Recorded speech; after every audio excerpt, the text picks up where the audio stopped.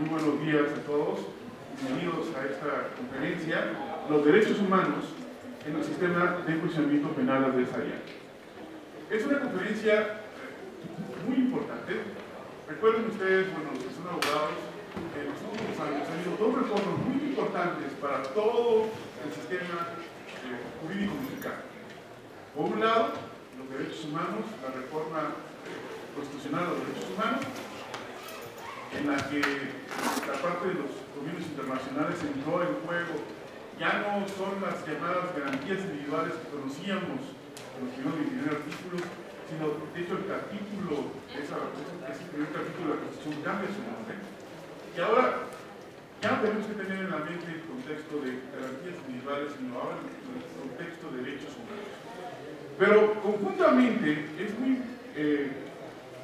la reforma a los juicios orales, al enjuiciamiento penal adversarial, es el título de la conferencia, también es todo un cambio de mentalidad que tenemos como abogados y ustedes, muchos de ustedes que están estudiando, pues están conociendo estas dos cosas al mismo tiempo. Entonces, la conferencia del maestro Benito Medina Limón va relacionada con eso, a entender qué relación tienen, pues, evidentemente que tienen toda la relación completa, los derechos humanos con el nuevo sistema penal adversarial de nuestro país. Quiero presentarles a nuestro conferencista del día de hoy, el maestro Benito Medina Limón. El maestro Benito tiene más de 26 años como docente, es egresado de nuestra facultad y tiene más de 26 años como docente de nuestra facultad. Tengo el gusto de conocerlo más ya casi 20 años y me da mucho gusto estar aquí con él. Y pues sin más preámbulos, le damos la palabra al maestro Benito.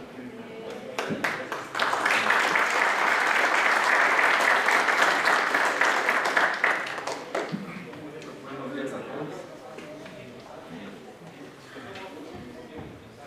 Bueno, el día de hoy, bueno, todos somos amigos y gracias, mi querido maestro Orlando. Pues han pasado muchas cosas. Desde antes quiero decir que esto no se hubiera llevado a cabo si no es por nuestro gran proyecto cultural que tenemos aquí en la Facultad de Derecho, dirigido por el doctor Raúl Contreras Bustamante, mi maestro. Quiero que lo sepan, mi querido profesor. Y claro, a nuestra división de universidad abierta a cargo del maestro Fausto Razo, que por acá anda, por cierto. Y muchas gracias por esa presentación. Curiosamente damos clases prácticamente todos los días y cuesta trabajo encarrilarse, y más que impone la Jacinto Pallares, ¿no? Esta aula tiene mucha historia, no solamente la historia que entraña la Facultad de Derecho y a don Jacinto, ¿verdad?, mercantilista, sino también una historia muy personal. El día de hoy nos reúnen y ya tengo rato de que no nos juntábamos en la escuela, que quede claro, porque la veo todos los días, que hemos trabajado juntos además. A mi mamá, que está aquí presente, miren, ella también es abogada, y quiero que sepan que ella se recibió aquí en la Jacinto Pallares. Y bueno, pues es más que un honor que mis amigos, mis alumnos estén aquí conmigo. Es cálido. Quiero decirles que me siento acongojado. Hemos estado en muchos eventos aquí, pero el día de hoy surge cierta nostalgia. En fin, les brindo estas palabras a todos ustedes y a aquellos que ya no están con nosotros, a mis queridos maestros que han pasado aquí, a mi sínodo que tanto amamos y que tanto adoramos aquí en esta misma aula. Que Dios nos los bendiga donde está. El día de hoy me toca hablar sobre los derechos humanos en el sistema de enjuiciamiento penal adversarial moderno. Como ustedes saben, México y la Constitución mexicana tuvo o tiene una gran reforma desde el año de 2008. En el año de 2008 se hizo la gran reforma constitucional de los artículos de seguridad jurídica que estamos viendo en la clase precisamente, los 18, 19, 20, 21, 22. sobre cambiar el régimen del sistema escrito tradicional, romano, germánico, italiano de corte estricta, al sistema penal de enjuiciamiento adversarial internacional que tiene sus raíces en época medieval. Estos dos sistemas son distintos, pero son caminos precisamente para hacer valer la garantía de audiencia. El día de hoy veremos cómo existe la funcionalidad de los derechos humanos en el sistema nuevo, el sistema adversarial. Bien, la Gran Reforma nos plantea un camino nuevo en bases morales y en bases éticas distintas al sistema garantista.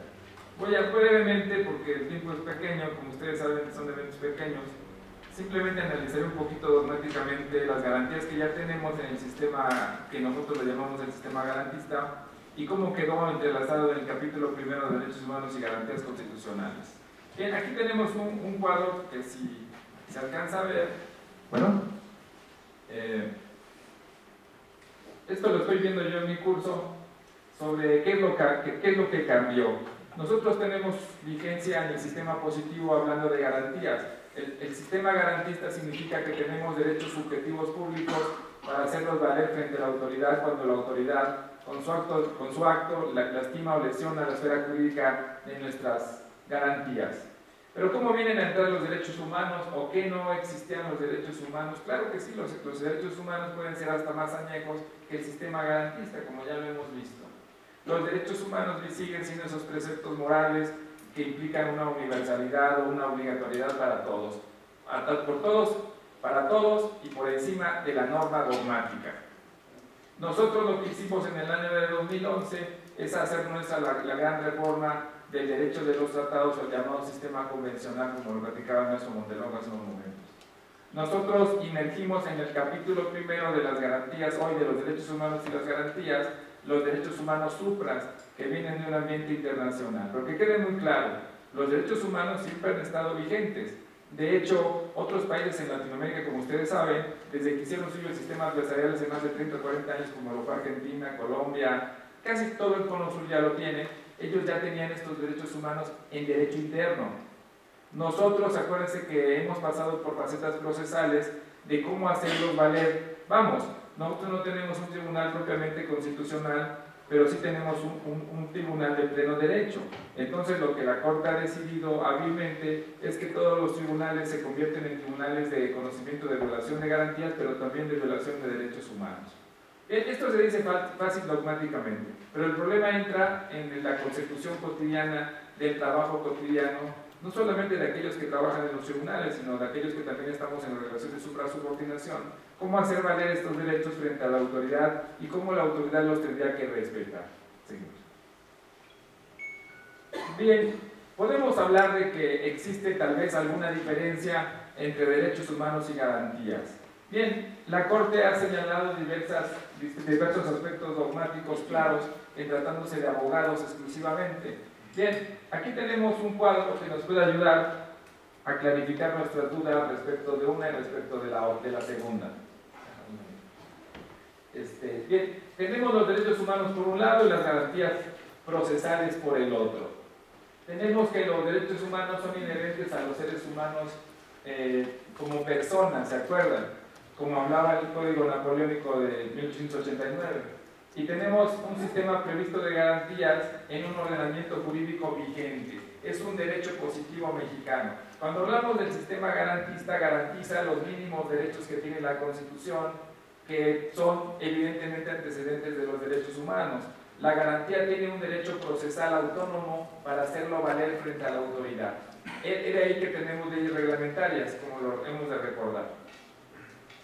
Los derechos humanos lo tenemos como normas generales, imperativos, universales, y las garantías las tenemos como reglas concretas en la relación de supra a subordinación entre el ente y la ficción jurídica llamado Estado y nosotros los que conformamos y creamos el Estado, ¿no es cierto?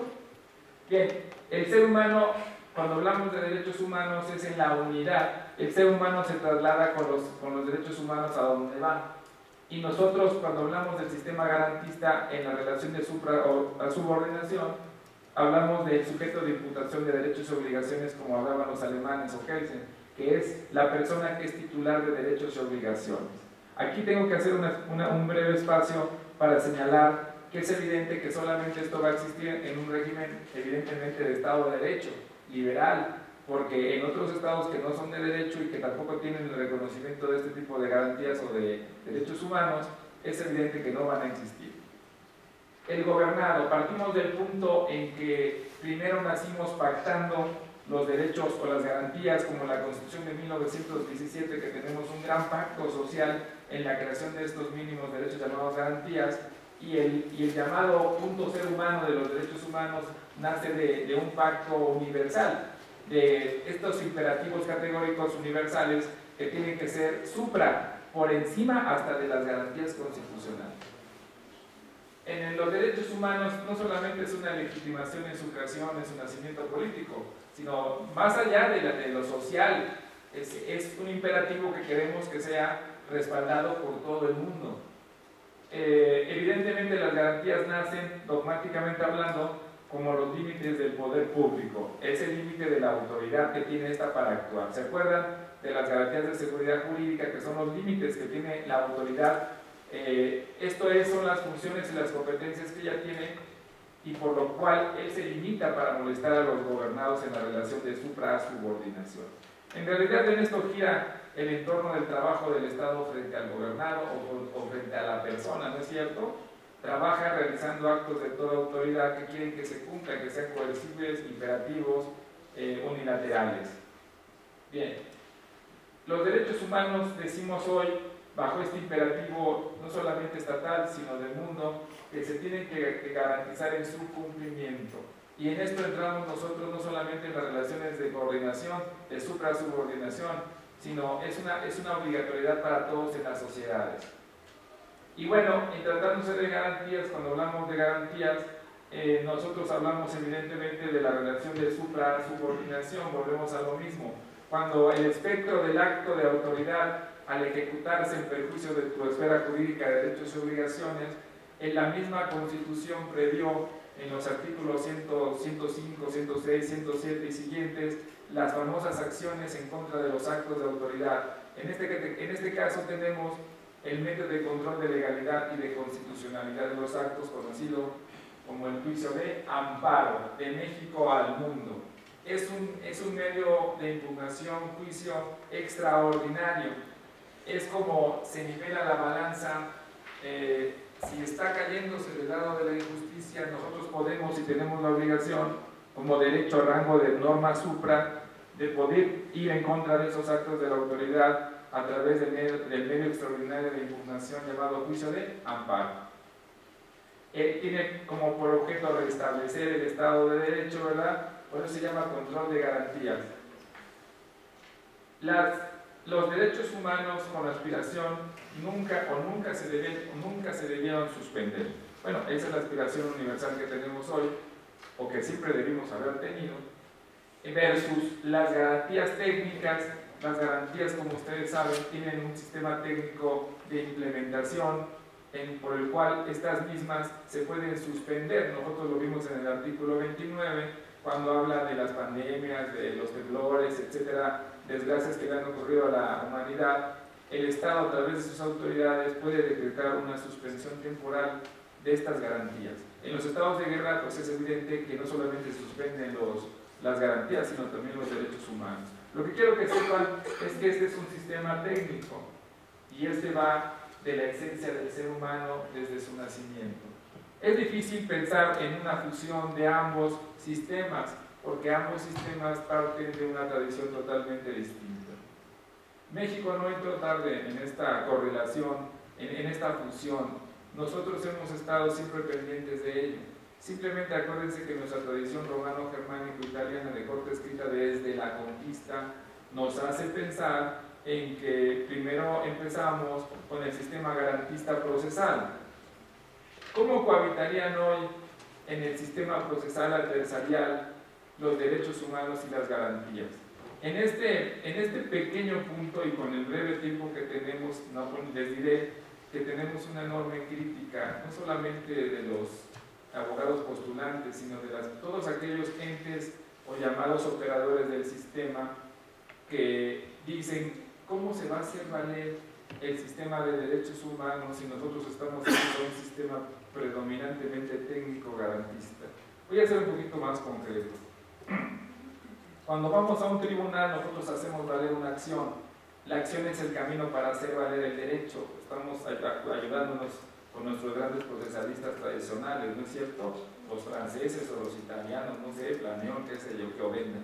Ellos hablaban de cómo hacer, cómo ir a los tribunales y utilizar la famosa pretensión. Nosotros tenemos que acreditar ante un tribunal la legitimación en la causación, ¿no? La personalidad, la calidad en que vamos y el interés jurídico. Sobre estos presupuestos procesales de la acción gira el sistema garantista. Si nosotros no acreditamos técnicamente en el camino de un proceso estos presupuestos, nuestra pretensión evidentemente no va a llegar a concretarse en una acción en este camino. Y si no se llega a concretar en este camino como una acción, el juicio no va a existir. Bien, seguimos.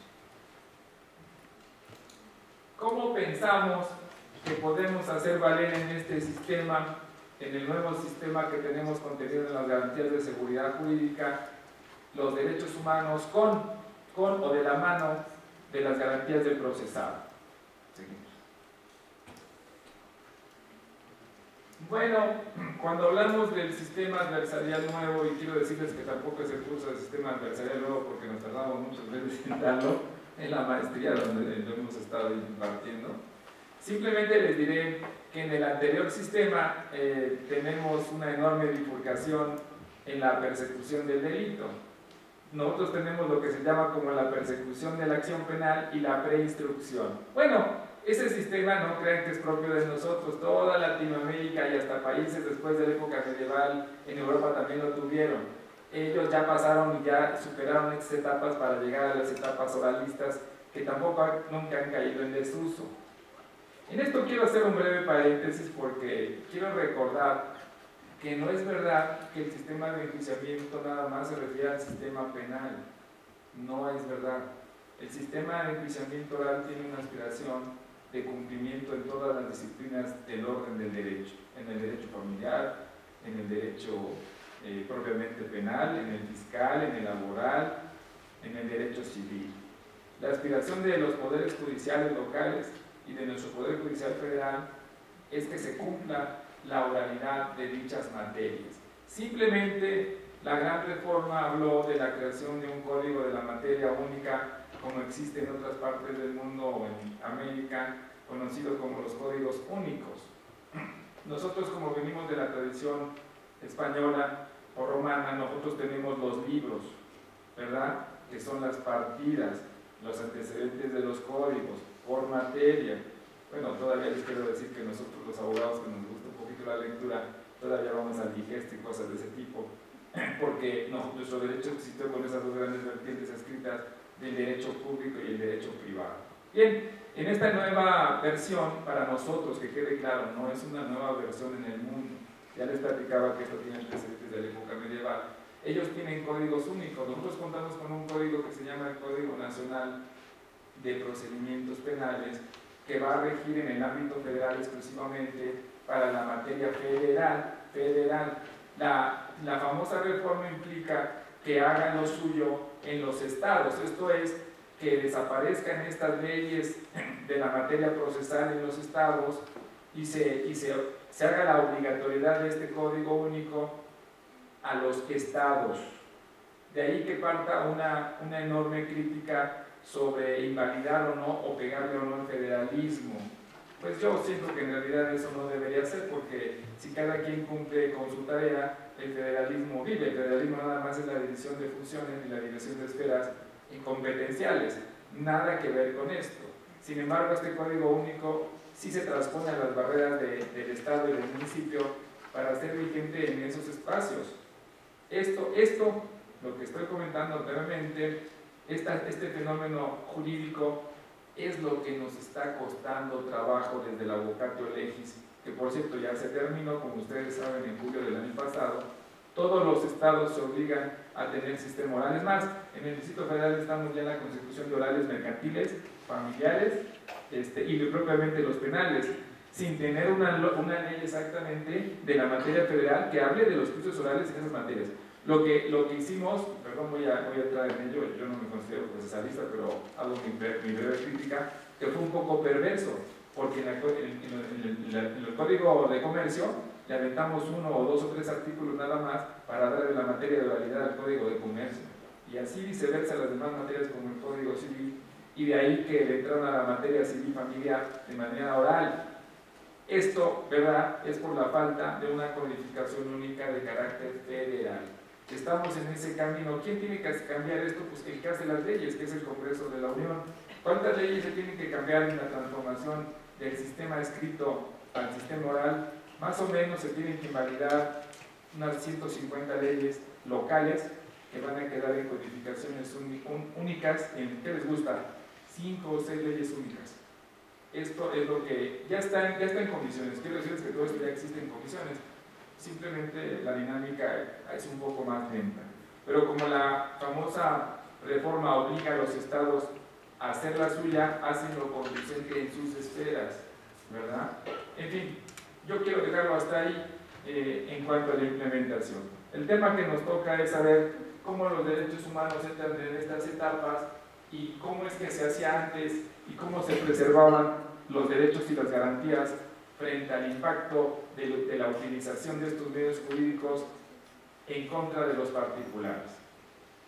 Empezamos diciendo que lo que se ha cambiado en nuestros sistemas de enjuiciamiento tradicionales para nosotros y el nuevo sistema que se le conoce con el nombre propiamente del sistema adversarial, lo que ha cambiado son las bases de los principios.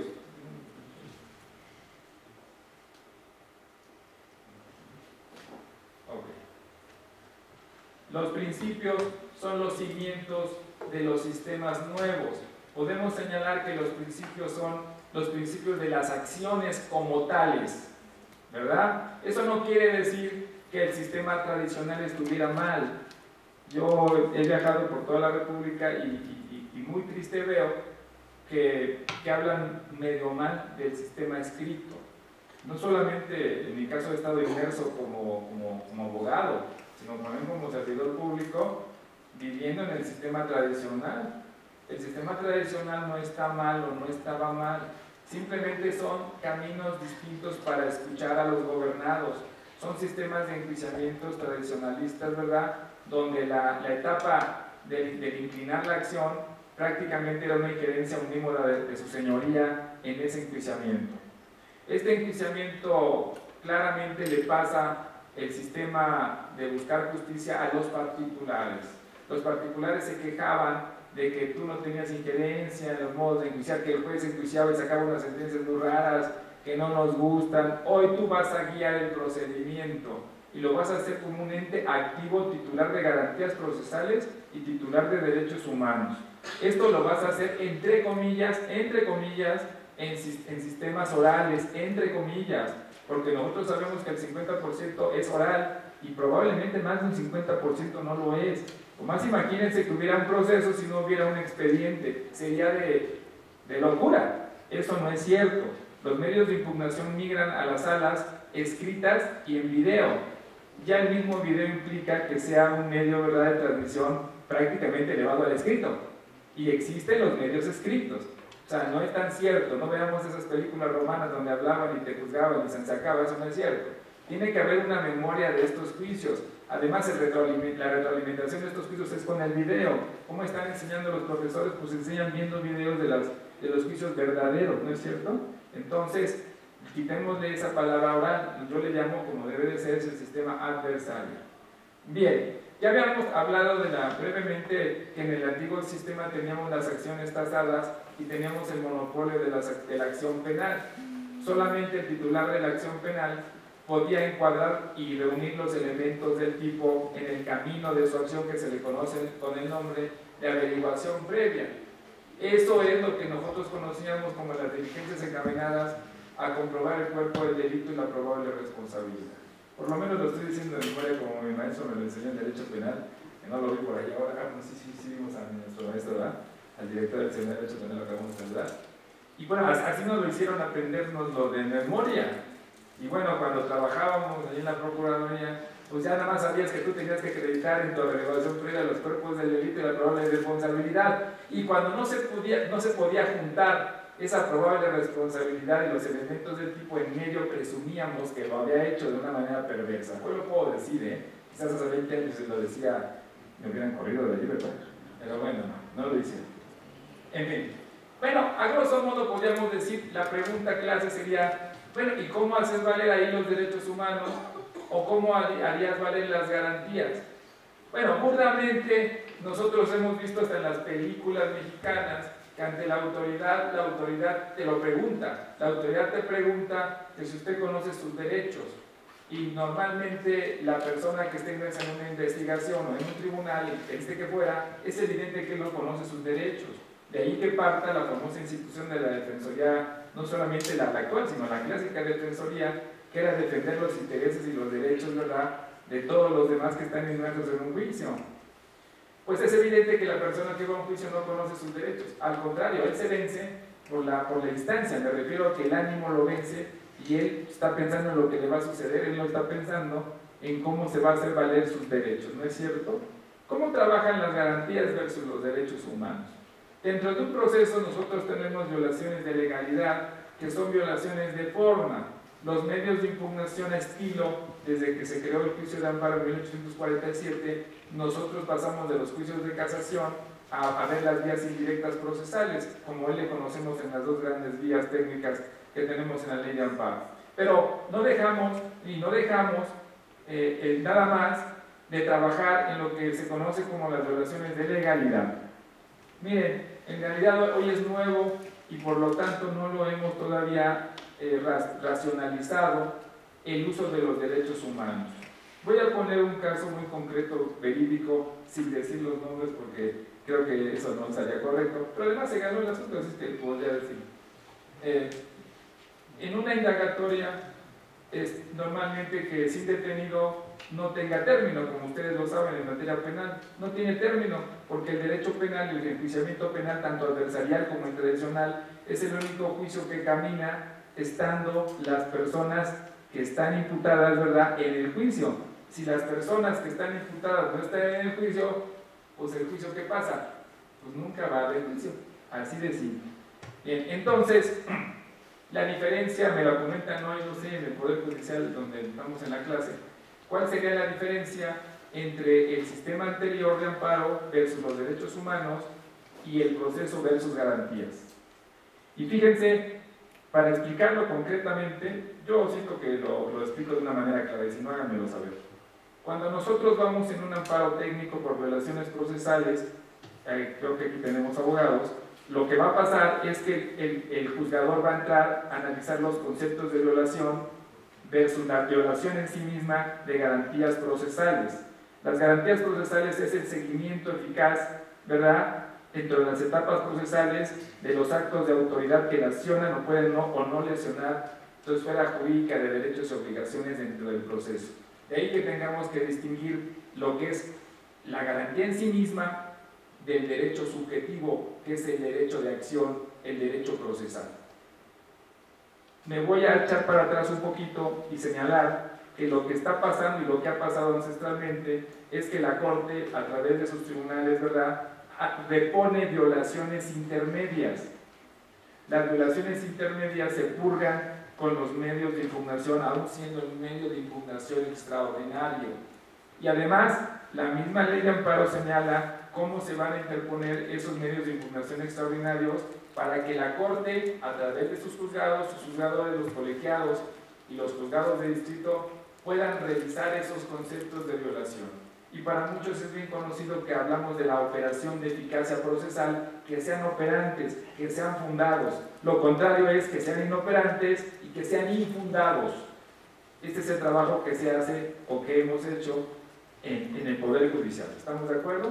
Pero ¿qué pasa versus el derecho humano? Lo voy a bajar a piso en una explicación muy breve de uno de los primeros amparos que surgieron con la gran reforma de derechos humanos después del año 2011, que lo tenemos muy nuevo. A una persona no le daban información en una indagatoria sobre el fallecimiento de su hija en un delito con vehículo en tránsito, que para muchos, en muchos países ya no es un delito imprudencial. Aquí desgraciadamente todavía lo tenemos así. ¿Qué significa? Que la persona que causó este daño no quería hacerlo, me parece que le preguntaron, ¿no? En fin, entonces, si nosotros hablamos de un amparo de impugnación bajo violaciones de legalidad que cabe en contra de los actos del Ministerio Público como autoridad, estaríamos hablando de la violación de la garantía de audiencia, ¿no es cierto? Pero también de las formalidades que le negó a esta persona como quejosa. ¿Estamos de acuerdo? Bien. Lo que hizo la persona en base a los derechos humanos es una carta, es una vil carta: su señoría, yo soy tal señora, tal persona, mi hija le ocurrió este hecho horrible, deleznable, espantoso, por el cual ella perdió la vida, y la autoridad que está encargada de hacer el trabajo de investigar lo que sucedió con la muerte de mi hija no me da ningún informe, y ha transcurrido más de un año sin que me digan nada. Así literal, fue una carta de, ¿sí estoy bien? Una carta 4 o 5 renglones. El juez de distrito la admite, le llama para que venga la señora y se sienta con ella y le dijo: ¿quién le dijo que hiciera esto? Y dice: bueno, yo no tengo un abogado como tal, los derechos humanos están en vigencia, y yo la verdad pensé que llamándole la atención a usted con la desgracia que a mí me ocurrió, por lo menos usted me iba a escuchar. El juez, como ustedes saben, abre un expediente, un DT, que se le llama el Poder Judicial Federal en amparo directo, y le habla al procurador y le dice que quería saber el informe en menos de 24 horas. Es un caso real. Es más, este caso quiero que lo sepan porque lo voy a decir, no voy a decir los nombres, hizo que el procurador del Estado de México renunciara. ¿Por qué? Porque no solamente era ese caso, todas las averiguaciones tiradas en el piso, como si esto no fuera real, ¿verdad? Ese caso, bueno, no se puede decir que se llevó a buen término, porque como la desgracia ocurrió en esa vida de esa familia, ya le pagaron, no lo voy a negar, lo que se buscaba era una reparación del daño, entre comillas, como dicen los códigos penales o procesales, integral, ya que integral va a ser eso cuando la muerte no se puede restituir, ¿verdad? La vida se perdió. Entonces, este es un caso de derechos humanos. El juez en sus acuerdos habló de la gran reforma del 2011 y que por esa reforma él admitía la demanda de amparo en vida. Es evidente que lo hizo de una manera muy brillante. ¿Qué pasó de la reforma de derechos humanos a la anterior, desde 1856 a 1917, que se admite la creación en 1833 del primer juzgado de distrito a la fecha? ¿Qué pasa? La enmienda constitucional del año de 2011 señala que el pueblo quiere ser escuchado de otras formas, que lo que ahora le ha pasado es que no se siente escuchado. Tal vez esa es su percepción. Nosotros los abogados somos los vehículos para que sean escuchados aquellas personas que se sienten no escuchadas, ¿verdad que sí? Nosotros tenemos esa enorme labor que es sacramental, y a veces, la verdad, también hay que admitirlo, hemos fallado. Entonces, esta reforma de 2011 en el Senado se motiva porque ellos dicen que ya no es posible eso, que hoy más que nunca los poderes judiciales y las autoridades que cuentan con poder de imperio, ellos tienen que acercarse a estas personas y escucharlas. Brevemente les diré que sí, hoy veo a los gobernados que tocan las puertas de los funcionarios, no de todos, y estos funcionarios ni siquiera les atienden y sacan una cita y te la dan como las citas médicas dentro de 6 meses. Entonces dentro de 6 meses lo que tienes que comprar mejor es un seguro de esos para el fallecimiento, porque lo más probable es que no llegues a tu cita, ¿no? Donde te la dieron, ¿verdad?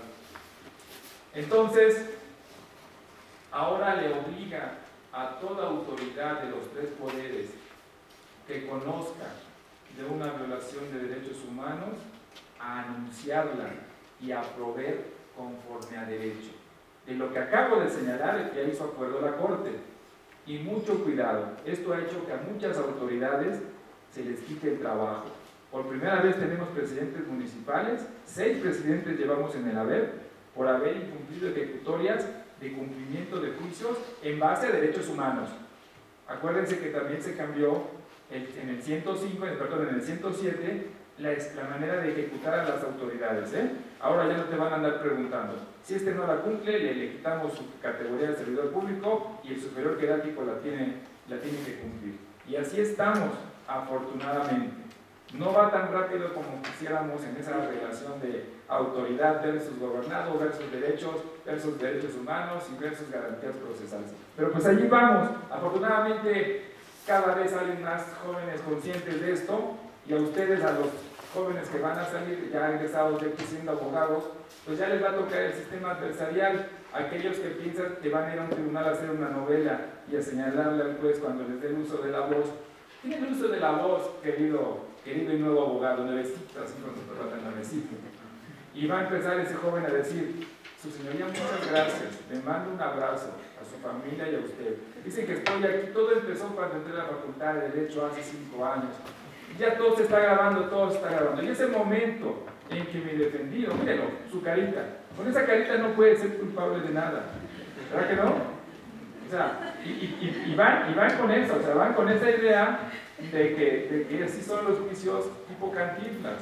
Pues todos sabemos que no es cierto, todos sabemos que resultó ser más técnico y operativo el sistema adversarial que el sistema de derechos humanos, ¿verdad? Y yo por eso no digo, no digan eso, porque el juez le dice: no, estuvimos escuchando con mucha atención su narrativa, usted debería escribirlo, mandarlo a los casos estos de la Rosa de Guadalupe, cualquier cosa tipo, pero tenga la bondad de sentarse. ¿Qué le parece si viene el defensor de oficio? Les damos por 15 minutos para que vea la causa y usted se queda sentadito al lado de él para que vea. Está muy bonita solución, esa podría existir como introducción al caso que viene, pero no me está diciendo a lo que viene, procesalmente hablando. Sin embargo, tú le dices: su señoría, vengo en demanda mercantil basada en el artículo 2576 de la Ley de Títulos y Operaciones de Crédito, ya que mi hoy actor, pues yo soy el actor, ¿no? Vengo ¿qué les gusta? Vengo a interponer en vía de acción cambiaria directa, plasmada en un documento llamado pagaré, ¿verdad? El exigimiento del pago de la misma deuda al hoy demandado. Tranquilamente. Sin embargo, ¿qué tal si yo hubiera empezado y le hubiera dicho: él y yo éramos amigos hace mucho tiempo, yo le prestaba dinero y él es un, ¿cómo le llaman? Un tipo defraudador de la gente. Luego me di cuenta qué tipo de amigo yo tenía. Lo lamento, amigo, que estemos aquí en el juicio, pero así va a tener que ser. Y el juez le va a decir: también yo lo lamento. Desgraciadamente también lo lamento, pero no puede ser así. ¿Estamos de acuerdo? Bien, este breviario nos va a servir para decirles que el sistema de enjuiciamiento actual nos habla de aquella inmediación que decía Carmeluti, que tenía que estar presente tu juez y todo el mundo viéndote. Esto nada más quedó en un dicho porque ustedes saben que pues, los jueces tienen tanto trabajo que están sentados, pero que quede muy claro, si están en el tribunal, o sea, si están ahí. Es como un fantasma, siempre están. Tú sabes que ahí están. ¿Ok? Miren, ellos nos hacen muchas críticas a nosotros porque dicen que siempre están en el proceso. Y yo nunca lo negué, además. Yo también estuve en procesos y yo nunca lo negué. De hecho, yo soy uno de los que al principio yo no entendía pues, por qué decían que nosotros no estábamos ahí. Pero pues sí estábamos ahí, ¿verdad? Con un artero de experiencia también de tu cara, pero pues ahí estábamos, ¿no? Ahora van a tener que estar todos. Va a estar el juez enfrente de ti. Lo que va a cambiar son los roles, miren ustedes. Bueno, la publicidad ya sabemos que si quieres comprar los videos y todo eso, porque además lo hacemos para nuestras prácticas, pues ahí está. El sistema de contradicción y en el principio de presunción de inocencia, gira la visión del nuevo sistema versus los derechos humanos. Miren, va más allá de que cuando te llamen a juicio te pregunten a ti si tú conoces sus derechos humanos. Voy a hacer un breviario del ejercicio que se hace todos los días en los tribunales orales, brevemente. Usted conoce, abierta la audiencia, usted conoce los derechos humanos a que es titular en este momento frente a este tribunal. Evidentemente la persona que está ahí no es un dogmático, no es un tipo que tenga posgrado, no lo es, normalmente no lo son, además no creo que sea así. Pero no se preocupen, tanto en las 2 etapas preliminares de investigación, podemos poner esta etapa de investigación, en los juicios orales, tanto al juez de control le va a volver a leer sus derechos, como también el juez de instrucción, si llega a esto a juicio, también se los van a leer. ¿Qué les van a leer? Pues les van a leer las garantías de libertad, las garantías de seguridad jurídica completas, y ahí el 20 constitucional. Yo lo que he notado es que prácticamente los jueces sí se aprenden el 20 constitucional, que demuestra que tienen cabeza para aprender de memoria algo. Sí se lo aprenden. Eso me parece muy bien. De hecho, cuando voy yo y lo vemos que lo leen, hasta aplaudo, porque ni yo, que soy maestro de garantías aquí, donde me lo he aprendido de memoria, qué bueno que se lo aprenden, ¿no? Entonces ya después le pasan la batuta al diputado y le dicen, ¿entendió lo que le acabo de leer? Y el otro, pues así como por cansancio, dices, nada más mueve la cabeza, que eso no implica un asentimiento, porque ahí no es el derecho civil del silencio que produce efectos, que quede muy claro. En penal tienes que ser muy claro y decir que sí o no. Total, él lo dijo por cansancio. Entonces, en ese momento llegamos nosotros los académicos y le damos una constancia por haber estado en un curso de garantías y derechos humanos y entender el alcance. Todavía hay muchos de nosotros que no entendemos el alcance de la reforma, pero ese sujeto la entendió en menos de media hora que le leyó sus derechos humanos. De hecho, yo salgo afuera y le pregunto, ¿me puedes dar una clase? Nos vamos a un café porque tú ya eres un erudito de derechos humanos. Definitivamente. ¿Cuándo está la cuestión? La violación de derechos humanos no amerita un tratamiento técnico, porque la violación de derechos humanos se refiere a supra derechos. ¿Qué significa? La vida, la libertad, las posesiones, los derechos del artículo 14 y 16. Si bien es cierto, en los actos de privación y los actos de molestia, técnicamente hablando, se reponen los vicios procesales, esto es, que se reponga hasta el momento de la violación y que se le haga valer la garantía de audiencia al gobernado, aquí ya no, porque hay bienes jurídicos tutelados que fueron lastimados con ese espectro del acto de autoridad en su ejecución, que ya no son motivo de resarcirse el daño. Y por eso, en materia penal, sobreviene la pérdida del enjuiciamiento adversarial y no de la acción penal, porque acordémonos que ahí todavía ya no tenemos acción penal, ahí tenemos investigaciones. ¿Ok? ¿Y qué significa en el argot cotidiano? Es que por una violación de derechos humanos se debe de preservar el derecho humano, ¿verdad?, a la vida, a la libertad, etcétera, y ya no va a ser motivo de enjuiciamiento. Para que lo entiendan, Florenz Cassens, por violaciones de forma, que son violaciones de legalidad, salió libre por violaciones directas a precepto constitucional, que es la salvedad para agotar los medios de impugnación, que es derechos humanos puros, nada más. Si el juez, que quede muy claro, para que, si quiere hacer lo que tiene que quedar claro aquí, ¿verdad?, es decirles por qué lo lee, no es para que lo sepa él, es para que purgue el proceso, ¿verdad?, y que no haya violaciones que trasciendan al fondo del asunto. Si es verdad que la persona que está imputada y está inmersa en un proceso no entendió, porque no entendió los derechos humanos, por lo menos el que sí lo entendió y debe de entender lo que no lo debe de hacer en sus actos frente al gobernado es el tribunal. Y es por eso que se leen los derechos frente a ellos. Creo que eso quedó muy entendido. Y eso es lo que nosotros no entendíamos. Porque cuando lo llamábamos a regas en el sistema tradicional, en este momento le vamos a leer todo. Le vamos a leer. ¿Está consciente de que este es su firma? Pues la verdad no me acuerdo, pero sí se parece. Perfecto. Le vamos a leer la acusación y ya cuando se la acabaron de leer le pasaron una almohadita y se durmieron. Entonces, le vamos a leer los derechos que tiene el artículo 20, ¿no es cierto? ¿Y eso en qué trascendió? ¿Saben para qué trasciende? Es nada más estatus procesal. Estatus procesal. Ahora, ya hablando de cómo operaron esos derechos humanos, lo pregunto, ¿qué haríamos nosotros en una violación pura de derechos humanos?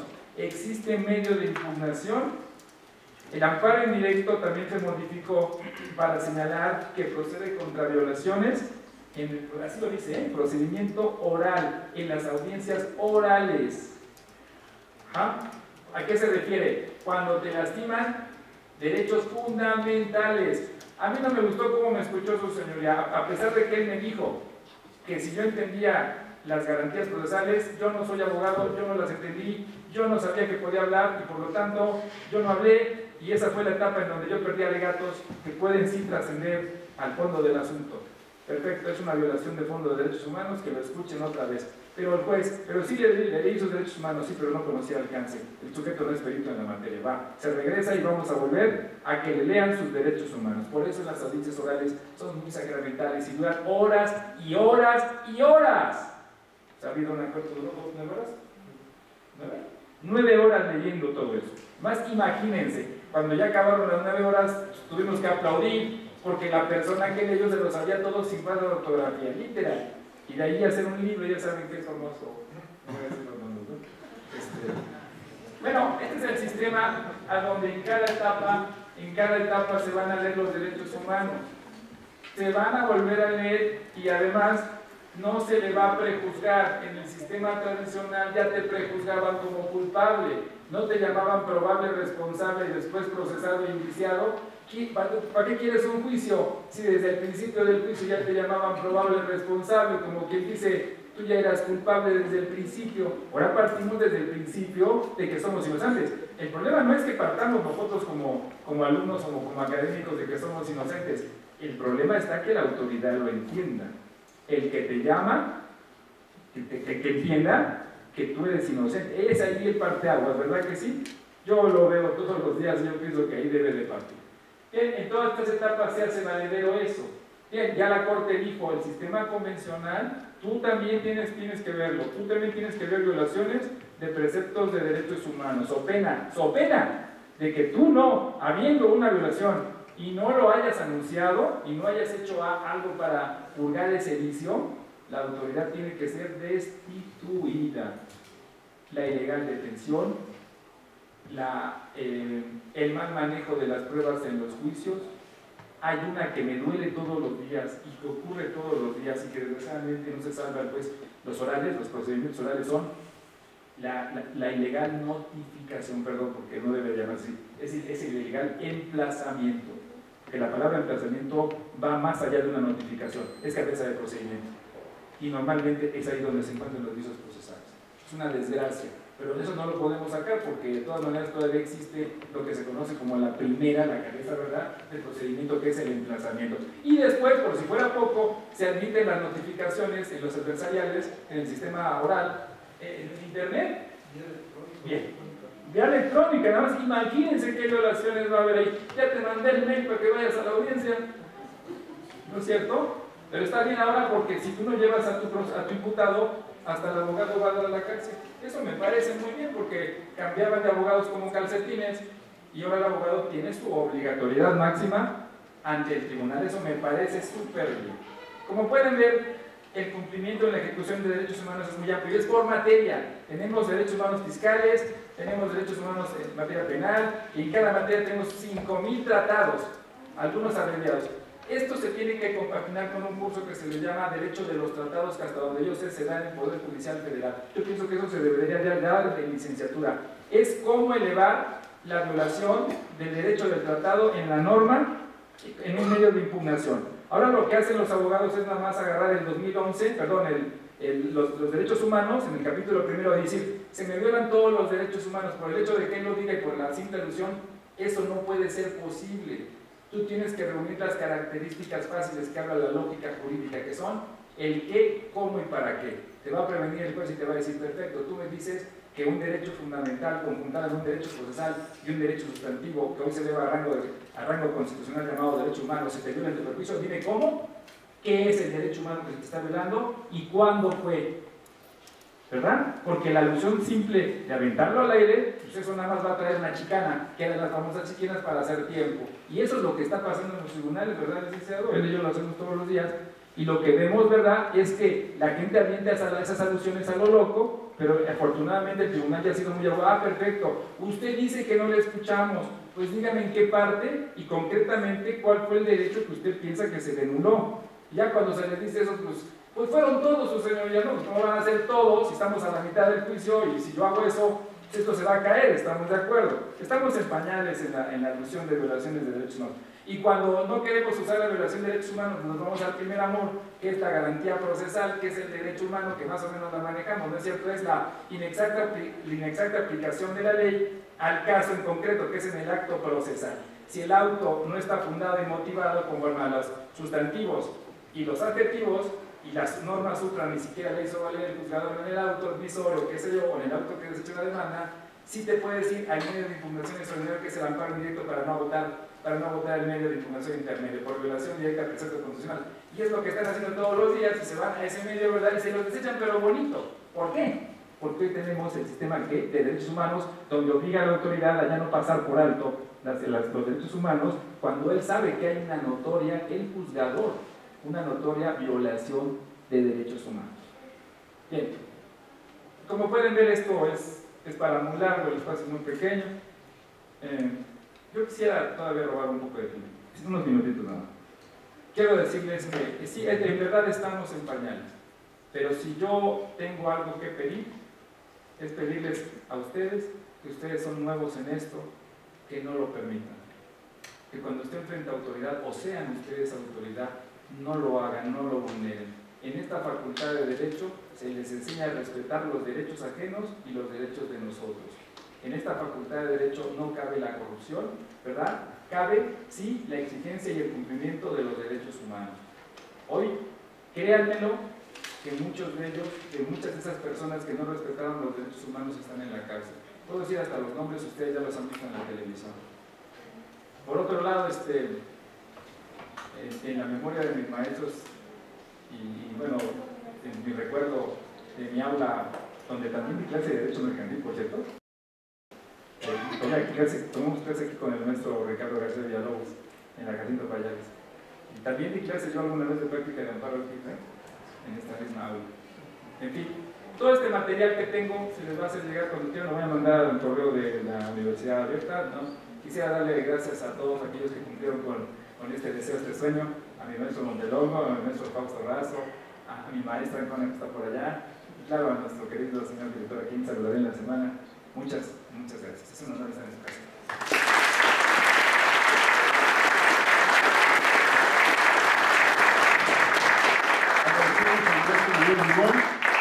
Para un reconocimiento, os voy a leer. La Facultad de Derecho de la Universidad Nacional Autónoma de México otorga el presente reconocimiento al maestro Benito Medina Limón por su destacada participación como ponente en la conferencia Los Derechos Humanos en el nuevo enjuiciamiento del Sayar, disertada el día 6 de mayo de 2007 en la aula magna Jacinto Payares de la Facultad de Derecho. Por diversas la repito, Universitaria en mayo de 2017, al final firma nuestro director, el doctor Raúl Pedro Samar. Felicidades, maestro.